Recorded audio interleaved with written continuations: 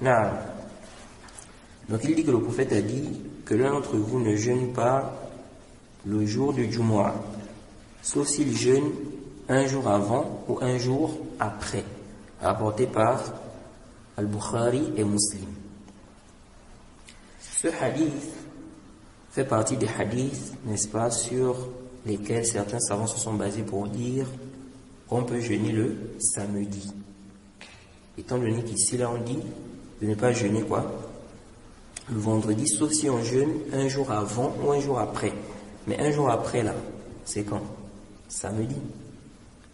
On a dit ne jeûnez pas le vendredi, sauf si vous jeûnez un jour, sauf si vous jeûnez un jour avant ou un jour après. Un jour avant vendredi, c'est jeudi. Et un jour après, le Jumu'ah, samedi. Donc ils ont pris ça comme dalil pour dire que ça veut dire que c'est permis de jeûner le samedi. Nous disons non.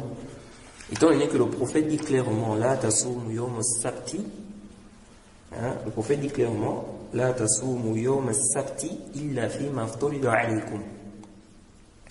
Il dit ne jeûnez pas le jour de samedi sauf le jeûne obligatoire. Sauf le jeûne obligatoire. Le texte est clair.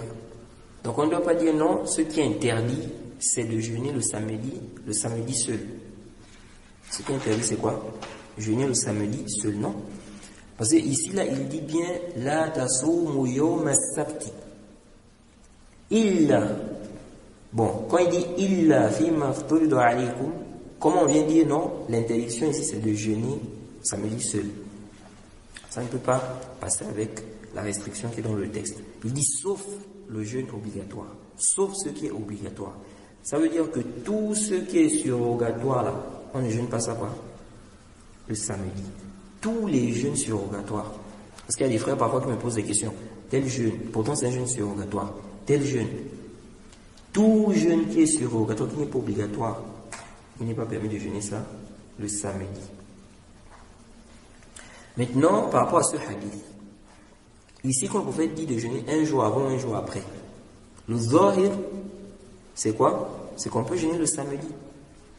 Donc comment comprendre? Ici là nous disons, si on regarde les textes, c'est comme si au départ il y avait cette permission là. Au départ il y avait quoi? La permission de jeûner quoi? Le samedi. Mais après le prophète a fait quoi? Il a interdit ça, sauf le jeûne obligatoire. Donc on ne doit pas prendre ces textes là en réalité, et parce que le prophète ne va pas en même temps dire de ne pas jeûner le samedi et en même temps dire encore quoi? De jeûner. En même temps il dit ne jeûnez pas le samedi sauf le jeûne obligatoire. Il dit encore non, quand on va jeûner le jeûne surrogatoire, il dit on peut jeûner ça le samedi. Ça ne peut pas être. Le hadith de Juwayriya, ça aussi c'est parmi les arguments sur lesquels les gens se sont basés. Nous disons le zahir parce que la base c'est la permission, ok, de jeûner de manière générale, parce qu'on voit qu'il y a des textes généraux qui nous montrent, n'est-ce pas, qu'on peut jeûner un jeûne surrogatoire, sauf là où on a un dalil qui interdit. Donc on peut comprendre que à la base c'était ça, les gens pouvaient jeûner jusqu'à ce que le prophète a interdit certains jours, et parmi ces jours-là le samedi. Parmi ces jours-là le samedi. Sachant que le hadith de Juwayriya, le Cheikh Al-Albani voit que ça ne contredit pas le hadith où on interdit de jeûner le samedi, sauf le jeûne obligatoire. Parce que dans le hadith de Juwayriya, on dit qu'elle a jeûné. Et elle est venue voir le prophète lui a dit, est-ce que tu as jeûné hier? Elle a dit non. Est-ce que tu vas jeûner demain? C'était un Jumu'ah. Elle a dit non, il a dit il faut rompre. Certains ont pris ça comme dalil pour dire que c'est permis de jeûner le samedi, un jeûne surrogatoire. Puisque le prophète lui dit est-ce que tu vas jeûner demain? Donc est-ce que tu vas jeûner demain? Ça veut dire quoi? Ça veut dire que samedi c'est permis. Si ce n'était pas permis, puisque c'était le Jumu'ah, elle est en jeûne le Jumu'ah. Comme elle n'a pas jeûné le jeudi et qu'elle ne va pas jeûner le vendredi, le prophète lui a demandé de rompre. car ce n'est pas permis de jeûner le vendredi seul. Le Cheikh Al-Albani voit que non, ça ne contredit pas, parce que du moment où, n'est-ce pas, ici, là, elle a jeûné le vendredi, elle n'a pas jeûné le jeudi, ça devient obligatoire pour elle de jeûner quoi?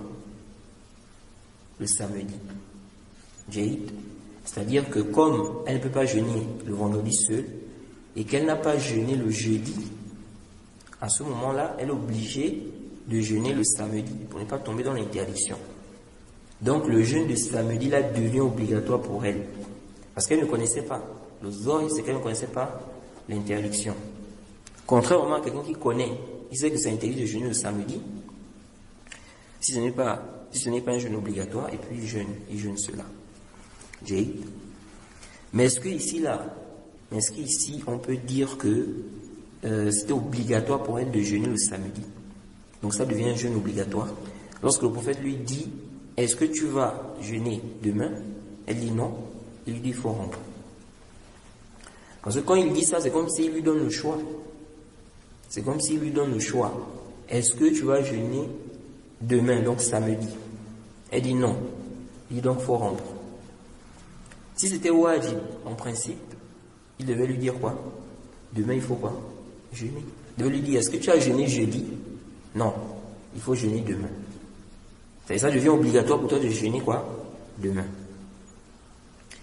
Mais, quand il lui dit ici là, est-ce que tu vas jeûner? Ça veut dire quoi? Ça veut dire que c'est son choix. Mais on peut aussi dire que le prophète lui a dit ça, c'est dans le cas où elle va poursuivre quoi? Le jeûne. Ok? Dans le cas où elle va poursuivre le jeûne, ça devient obligatoire pour elle de jeûner le lendemain. Mais si elle ne va pas poursuivre, alors à ce moment-là, ce n'est pas quoi? Obligatoire. Wallahu a'lam. Mais dans tous les cas, c'est comme on a dit ici. On a dit, le zahir des textes, c'est qu'il y avait une permission là. Hein? On voit comment qu'il y avait une permission. Je n'entends pas. On voit comment? On voit à travers les textes qu'il y avait une permission. Puisque quand il dit ici de jeûner un jour avant, un jour après, parlons du mois, ça montre que c'est permis. Il dit ici là, ne jeûnez pas le vendredi. Sauf si vous jeûnez un jour avant ou un jour après. Un jour après le vendredi, c'est samedi. Donc ça veut dire que le prophète, ici là, permet de jeûner le samedi. Puisqu'il dit ne jeûnez pas le vendredi, sauf si vous jeûnez un jour avant, un jour après. Donc il a autorisé. Donc on a des textes où on voit bien que c'était permis de jeûner le samedi. Mais si on regroupe tous les textes, on peut dire que après il y a eu cette interdiction-là, de jeûner le samedi. Car la base, c'est quoi? C'est que le jeûne était autorisé. Donc après, dans le tashri', on a maintenant interdit des jours. On ne va pas dire quand même que dès que le prophète a eu la révélation au début, il a interdit des jeûnes. Le zahir, c'est que les interdictions là sont venues après. Les interdictions des jours là. Quant au hadith où on dit que le prophète jeûnait le samedi, n'est-ce pas? Et le dimanche, je crois le hadith on rapporte ça de Salama, ça c'est daïf. Là c'est comme expliqué le Cheikh Al-Albani. Le Cheikh Al-Albani avait d'abord authentifié ça, après il a rendu ça faible. Il s'est rendu compte que c'est faible. Et il n'y a pas de consensus aussi, parce qu'il y a des gens qui disent qu'il y a consensus. Non.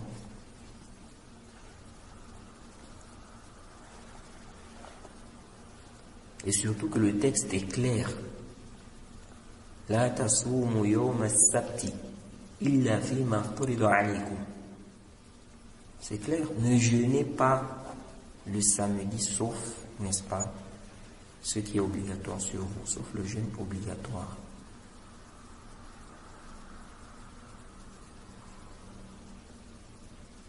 Et la fin du hadith même montre que vraiment c'est une interdiction, c'est catégorique, c'est une interdiction catégorique. De même aussi ceux qui ont dit non, le hadith est shadh, Quel hadith? Le hadith là, ne jeûnez pas le samedi. Non. On ne peut pas juger d'un hadith qu'il est shadh comme ça parce que on voit que ça contredit plusieurs textes. Non. Parce qu'il peut y avoir plusieurs textes où il y a la permission, ensuite le prophète interdit. Et pour l'interdiction, on n'a pas besoin de 1000 textes, ou 2 ou 3 ou 4. Dès que le prophète dit, il a dit seulement, c'est fini, ça suffit.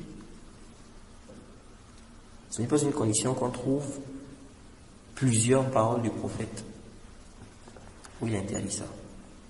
Sinon, on ne va accepter de jugement que si le prophète répète ça, ou bien si on a plusieurs paroles du prophète sur la même chose. Non.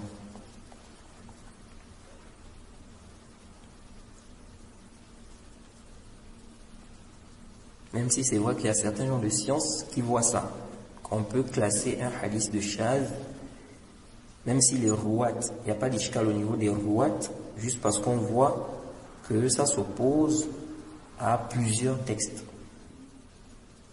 Le compagnon qui a rapporté le récit là, le Cheikh Al-Albani dit même qu'il voit l'interdiction aussi, à Abdullah ibn Busr.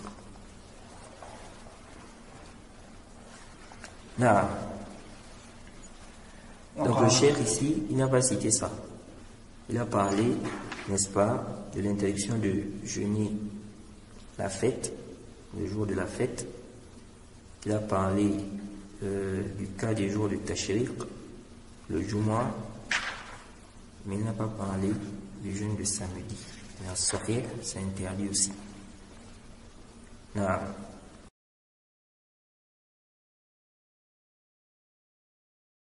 Et quiconque fait scission d'avec le messager, après que le droit chemin lui est apparu, et suit un sentier autre que celui des croyants, alors nous le laisserons comme il s'est détourné, et le brûlerons dans l'enfer. Et quelle mauvaise destination!